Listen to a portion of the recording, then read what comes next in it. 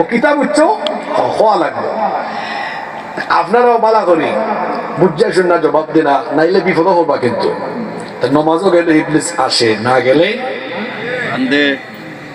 নমাজও গেলে ইবলিস খান্দে, না গেলে।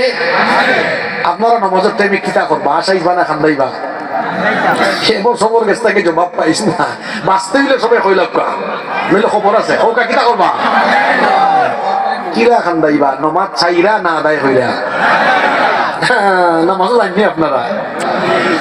জাতীয় কবি কাজী নজরুল ইসলাম কি সুন্দর লিখেছেন, ঘুমাইয়া কাজা করেছ ফজর, তখনও জাগনি যখন জোহর, হেলায় খেলায় কেটেছে আসর, মাগরিবের ওই শুনিয়া যান, এখনো জামাতে হরে শামিল, এখনো এর সাথে আছে স্থান, বাজিছে দামামা বাদরে আমামা, শির উঁচু করে মুসলমান, দাওয়াত এসেছে নয়া জামানার, ভাঙা কেল্লায় ওরে নিশান। আমার আপনার নামাজ কিভাবে যায়?